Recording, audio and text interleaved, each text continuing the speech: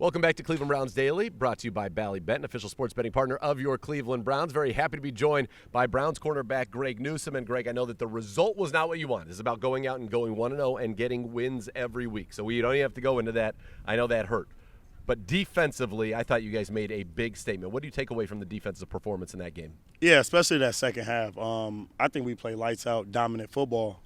We talked with Coach Schwartz, and that first half, especially the first drive, wasn't our brand of football. But I think in the second half, we really honed in and showed that we have the marks to be a dominant defense. Yeah, second half, 7 total yards, negative 23 yards in the fourth quarter. There's a 3-play sequence, 3 straight sacks. It was kind of incredible. Now, I know at halftime, everybody talks about halftime adjustments. There's not enough time to actually do that. So what was kind of the message? When did that change kind of happen that we saw really manifest itself there in that second half? Yeah, it was just, like you said, it wasn't really too many adjustments. Going into that week, we said on the outside, we're going to play man coverage. We're not going to double team. We're going to leave the safety in the middle of the field. And the corner's got to win, and then we need our D-line to generate pressure. So going into that second half, it was just everyone do their job at an elite level. That's all it took.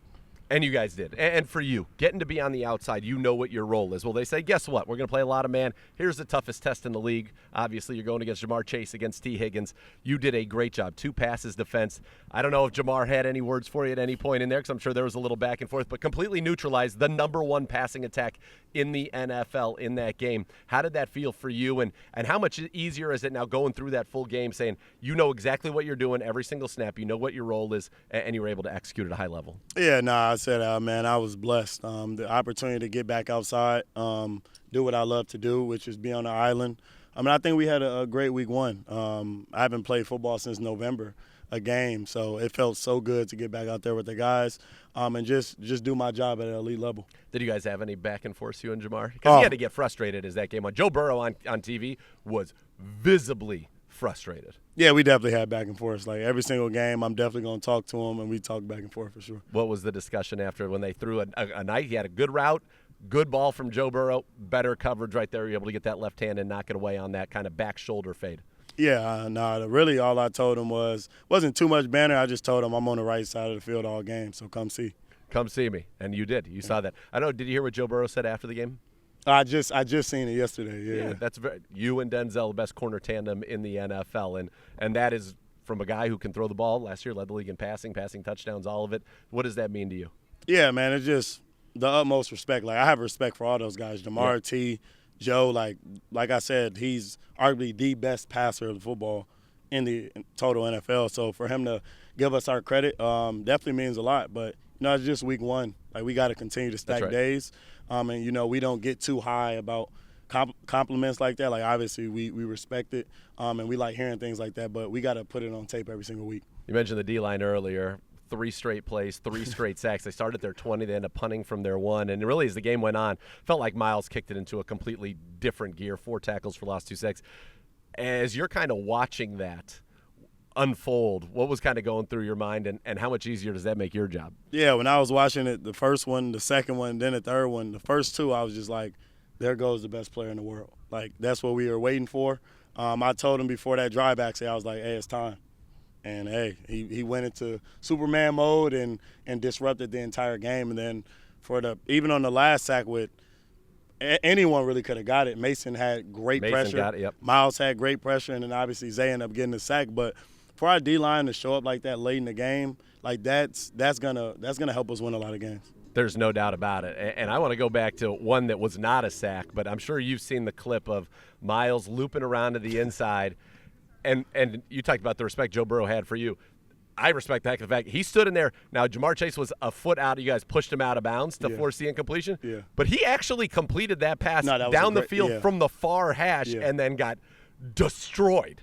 Yeah, like when I watched it on tape, it was crazy because obviously I made the play, so I didn't see what happened inside. He got him right out of bounds. Said, I'm going to escort you right out of bounds here. In college, that would have been a real nice play, not in the National Football League. For sure. League. And then I seen the actual play, and I was like, the fact that he actually got that off and put it in that position while getting hit by Myles Garrett is very impressive. Could you imagine, though, we talk about, what quarterbacks in the NFL deal with. He has to see that. And Myles is coming. Myles is a huge man, full speed, unblocked, and he knows this is not going to be enjoyable. Nah, yeah, for sure. Any quarterback that got to go against Myles Garrett feel bad for him for sure. For him to sit in there anyways and make the throw just shows how tough that guy really is. Yeah, and how in your mind on that one, that's one of the things when you get a guy in the air, you want to just usher him out. There was a long time ago in the NFL, they would have said, oh, well, if he wasn't carried out of bounds, he would have got 2 feet in. It's a good rule change. They make it hard enough on you guys on the defense as it is. But what's kind of your mentality in those situations when it's on the sideline and you want to make sure, obviously, they can't get both feet down? Yeah, so initially after he broke, I was going for the pick. I was about to undercut and go for the pick. When I seen the ball was still traveling outside, I was like, wow, this is an incredible ball. So when I seen he had got his 2 feet up, it was second nature. Like, just get him out of bounds and keep going. Yeah, played a great game there. We talked about at the beginning, obviously not the result the team wanted. How do you guys kind of bounce back? What's been the mentality you've seen from the guys where you have a game that, quite frankly, we should have won? We did not for a variety of reasons. What's kind of the mentality coming out of that game and obviously with a big test again this Sunday? Yeah, the mentality is don't beat ourselves. Like, that's the biggest thing we talk about all the time. If we don't beat ourselves, we'll win a lot of football games. So I think this week is just focus on, once again, doing our job at a very elite level. If your corners cover, linebackers clean stuff up, D-line attack, receivers, catch the ball, quarterbacks keep the ball safe, running backs run the ball, O-line block. Like, we're going to just hone down to the nitty-gritty things and just do that. Just don't beat ourselves. All right. Mentioned in our division, sometimes it just doesn't get easier. Like, oh, yeah, we did a great job against Joe. Well, here comes Lamar Jackson, the 2-time MVP, a phenomenal week 1. They lose a game that they're probably feeling like they shouldn't have lost as well to Buffalo and what's an early candidate for the game of the year. What challenges does he present? And, Zay Flowers led the league in receiving week 1. Derrick Henry was at the top of the league in rushing. So they have a lot of weapons on that offense.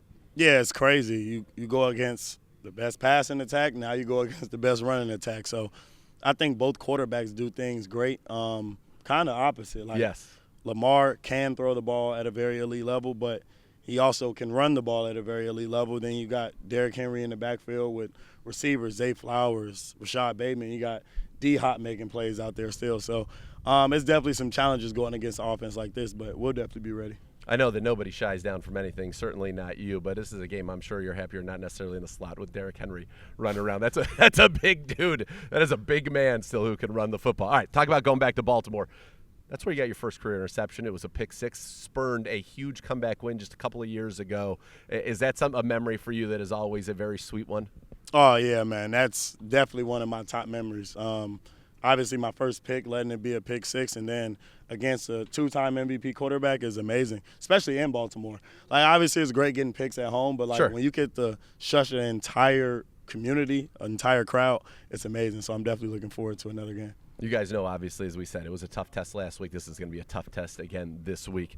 And the preparation's got to be so different. That's one of the things that people maybe don't realize in the NFL. Now, you get this sometime in college, right? You go play the traditional teams, and all of a sudden here comes Navy, and you're preparing for a completely different offense. But this, in some ways, is a completely different offense than what you saw a week ago. So kind of walk people through the preparation, what that's like for you guys in a work week. Going from what you did last week, and you probably had a lot of focus on that in the preseason, knowing it was week 1, to now this is a totally different animal. Yeah, starting off, like, you obviously just look at the quarterback. You see their strengths.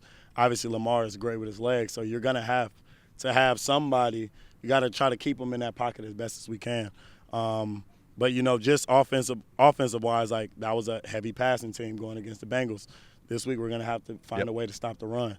Like, that's going to be the number one key. Find a way to get Derrick Henry going sideways and not straight downhill at our cornerback. So it's definitely – this is my favorite part of the week, is really game planning teams. Yeah. Like, I feel like that's one of the things that I do very well, is using the mental part of the game and being able to game plan. But it's definitely a lot, especially going from 2 different completely offenses. Great thing is they're in our division, and I've gone against these guys for the last 4 or 5 seasons. So they got some similarities still. For sure. All right, and the last one. You know what this game means to the Browns, obviously, from a team standpoint, from a community standpoint. But the Ravens are, and I know you know the history, celebrating their 30th anniversary. They're bringing out the son of Art Modell, who took this football team out of Cleveland, brought it to Baltimore.